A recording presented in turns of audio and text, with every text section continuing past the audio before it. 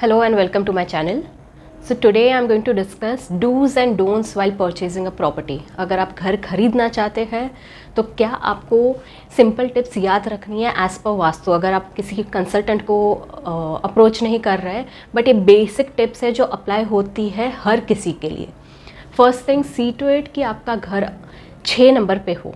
So room number 6 it could be, room number 402, 24, ये सारे जो नंबर्स हैं these are lucky numbers. So see to it कि आपका फ्लैट नंबर, अपार्टमेंट नंबर इस पे हो.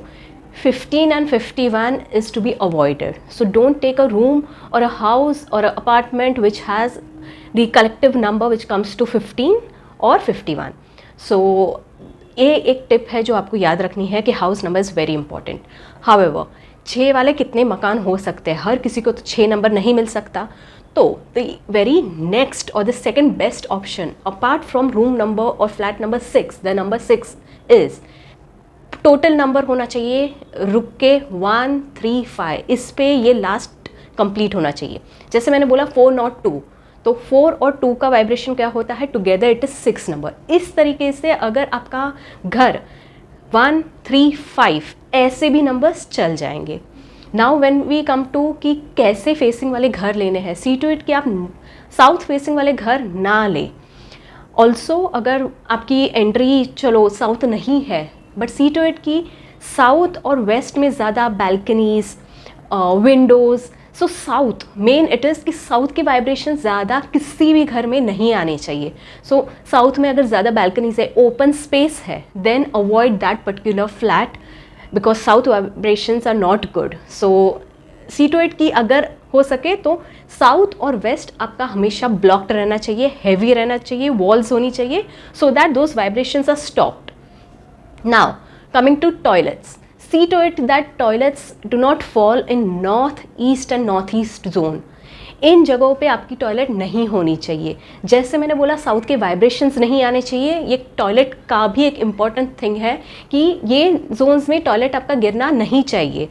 मोस्टली इनकी रेमेडीज़ मार्केट में दी जाती है, but understand if you have a south open south, toilets in wrong direction, kitchen in wrong direction, these are major vastu defects. And हालांकि उसमें कोई स्ट्रॉन्ग मजबूत आपको कोई सोल्यूशन नहीं मिल सकता because already the property that place is already defined over there. वो इसे हम ज़्यादा रेमेडीज से सुधार नहीं सकते और ये आपको दिक्कत आगे देगा.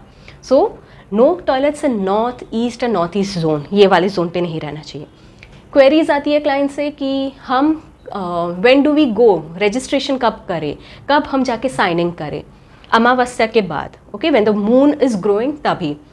पोजीशन कब ले, अमावस्या के बाद. एंट्री जब आप एंटर करते हो, भले पूजा के लिए हो या आप डायरेक्ट एंट्री कब ले उस घर में, अमावस्या के बाद. सी टू इट कि आप ग्रोइंग मून में आपका अच्छा काम करें, शुक्ल पक्ष से कहा जाता है. Do it in that particular time, any good thing.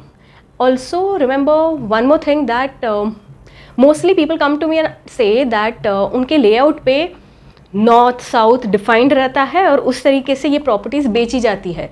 सो अगर आप मना कर रहे हो कि नहीं ये साउथ तो ओपन है या वेस्ट ओपन है या तो नॉर्थ सही नहीं है, so the person opposite you will try to explain you कि नहीं ये सही है, इसके वाइब्रेशन सही है, वास्तु कंप्लाइंट वो फ्लैट है. अंडरस्टैंड, वास्तु अगर मैं किसी ज़मीन का वास्तु करती हूँ और अगर वो प्लॉट पे मुझे बिल्डिंग खड़ी करनी है तो मेरे बर्थ डिटेल्स के हिसाब से मुझे जो पॉजिटिव, मेरे लिए जो प्रॉफिटेबल रहेगा उस तरीके से वो वास्तु किया जाता है, ना ही आपके तरीके से. सो मुझे नहीं पता वहाँ पे 100 फैमिलीज़ आ रही है, 200 फैमिलीज़ आ रही है, उनको वो वास्तु सूट करेगा कि नहीं, पर मुझे जब मैं इस ज़मीन पे अगर एक बिल्डिंग खड़ी कर रही हूँ तो मुझे वो प्रॉफिट देना चाहिए, मेरे सारे फ्लैट्स बिकने चाहिए. आई शुड गेट प्रॉफिट, ना ही कि बीच आधे में रुक जाए बिल्डिंग या तो खंडर पड़ी रहे बिल्डिंग. सो अंडरस्टैंड कि just do not go blindly by the directions given by the layouts of the properties की this is north and south. आप खुद उस घर में खड़े रह के देखिए कि आपका नॉर्थ साउथ ईस्ट वेस्ट कहाँ पर है. And if you have some or the other defects, जो जनरलाइज डिफेक्ट्स मैंने जो बोले हैं जो ज़्यादा पॉजिटिव नहीं है या सही नहीं है, अगर वो सारी चीज़ें आपके उस वास्तु में गिर रही है, then try and avoid that property if possible.